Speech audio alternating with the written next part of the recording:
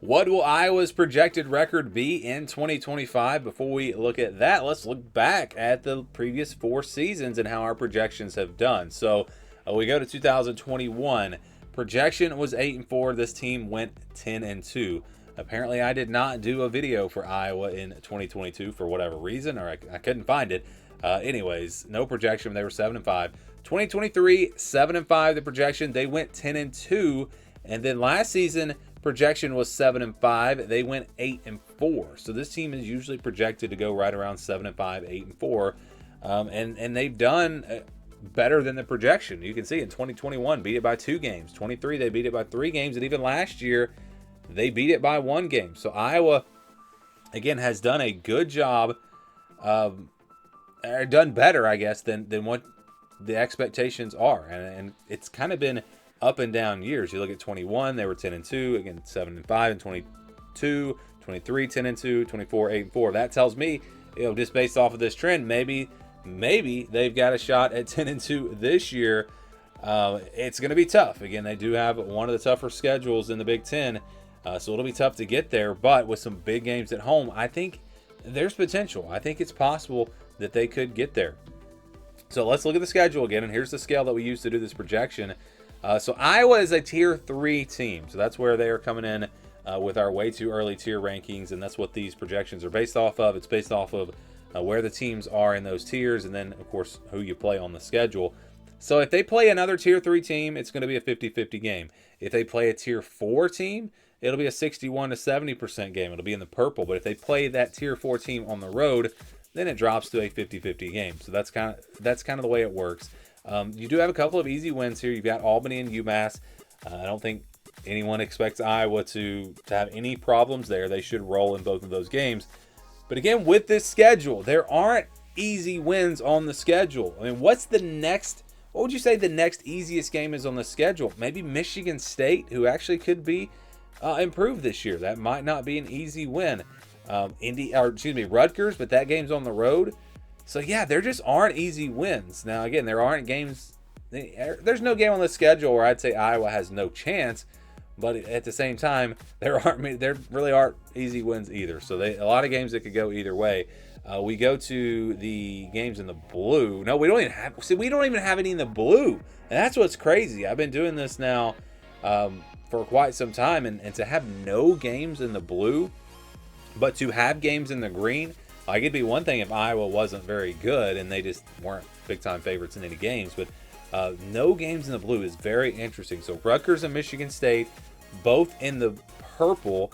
So Michigan State's 1 tier below Iowa. Rutgers is 2 tiers, but that game's on the road. So that's why those are kind of counted in the same spot here. And this is not based off of point spreads, but you can look at it that way. The games in the white, those are going to be games with the spreads 3, 4, 5 points. The games in the purple, games where the spread's going to be more like a touchdown, 6, 7, 8, 9 points. Blue, that'd be your double digits games, but again, they don't have any of those. So then you go to the green, those are like 20+ point games.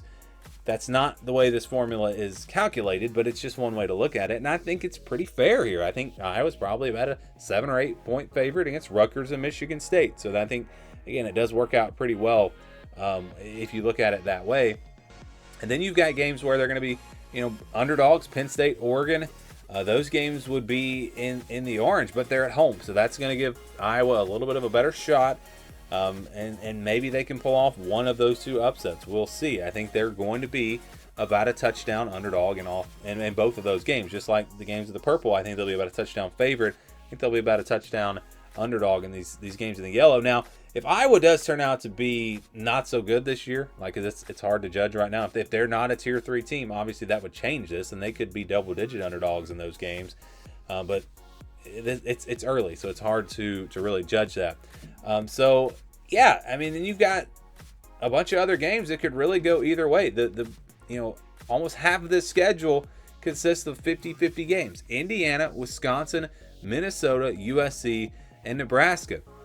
Indiana, I've got as a tier 2 team just based off of how they were last year, but that game's at home, so it gives Iowa a chance. Wisconsin's a tier 4 team, but it's on the road. That's why it's a 50-50 game.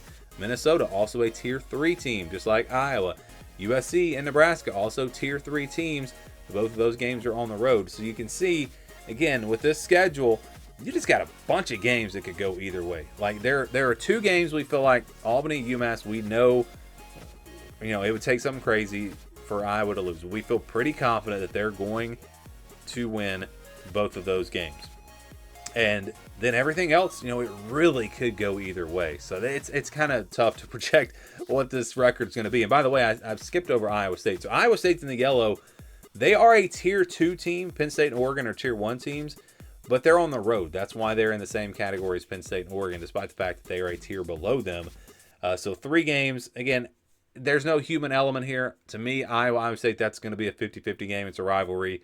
I would not say that Iowa State's going to be a touchdown favorite in that game, but it's just based off of our formula. So that's where, again, I'll do predictions much later. We'll do them after Memorial Day. That's usually when I start doing predictions.